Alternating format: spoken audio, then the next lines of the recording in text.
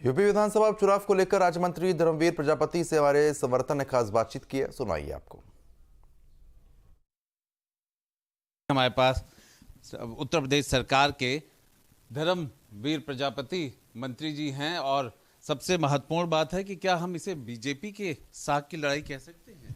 देखिए, कभी भी जब चुनाव होता है, चाहे आम चुनाव हो चाहे उपचुनाव हो, कोई बीजेपी पूरी तैयारी के साथ, पूरी रणनीति के साथ चुनाव में जाती है और उसी के तहत हम बहुत लंबे समय से लोकसभा के चुनाव के बाद हम लोग उपचुनाव की तैयारी में लगे थे और निरंतर संगठन और सरकार मिल कर के हम लोग पूरी तैयारी के साथ चुनाव में गए हैं और अभी टिकटें घोषित हुई हैं तो निश्चित रूप से हम लोग का पूरा प्रयास रहेगा। हम हर चुनाव को पूरी मजबूती के साथ लड़ते हैं, कोई भी चुनाव हम हल्के में नहीं लेते, चाहे निकाय चुनाव हो, चाहे पंचायत चुनाव हो, चाहे हमारा उपचुनाव हो, कोई चाहे विधानसभा चुनाव हो, लोकसभा के चुनाव हो, हम लोग पूरी मजबूती के साथ चुनाव में जाते हैं और वही तैयारी हम लोगों की है।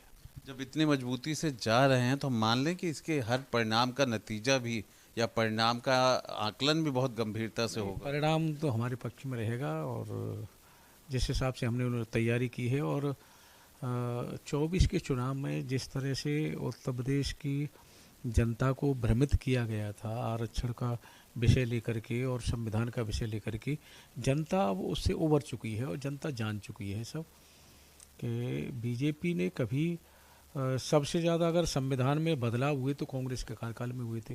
ये सब जनता के सामने आ चुका है। वीडियो जर्नलिस्ट सूफी खान के साथ आलोक पांडे, न्यूज स्टेट, लखनऊ। तो वहीं आपको बताते चले, फूलपुर विधानसभा उपचुनाव में बीजेपी प्रत्याशी के नामांकन दाखिल में शामिल होने पहुंचे डिप्टी सीएम केशव प्रसाद ने एसपी कांग्रेस पर जोरदार हमला बोला है। उन्होंने कहा कि बीजेपी फूलपुर समेत 9 सीटों पर जीत दर्ज करेगी। एसपी और कांग्रेस का गठबंधन टूट चुका है, सुनिए।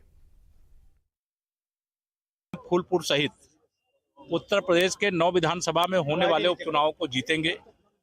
समाजवादी पार्टी और कांग्रेस का गठबंधन टूट चुका है। जो माहौल सपा के पक्ष में या कांग्रेस के पक्ष में लोकसभा चुनाव में बन गया था, अब उस माहौल की हवा निकल गई है। हरियाणा में विजय के साथ भाजपा का विजय रथ फिर आगे बढ़ गया। कांग्रेस हो, समाजवादी पार्टी हो या अन्य इंडी गठबंधन के दल हों, कांग्रेस मुक्त भारत देश, सपा से मुक्त उत्तर प्रदेश बनाने का जनता ठान चुकी है। कुत्ते पालने का शौक ठीक है, लेकिन उसकी वजह से अब सोसाइटी में आए दिन विवाद सामने आते रहते हैं। ऐसा एक मामला सामने आ गया है नोएडा से, जहां पर हाइट पार्क सोसाइटी में 2 लड़कियों ने बुजुर्ग जोड़े की पिटाई कर दी है। बताया जा रहा है कि इसके बीच कुत्ते को लेकर विवाद हो गया था और इस दौरान लड़कियों ने बुजुर्ग जोड़े पर हाथ तक उठा दिया। एक तरह सोसाइटी का विवाद तो वही अमरोहा में आवारा कुत्तों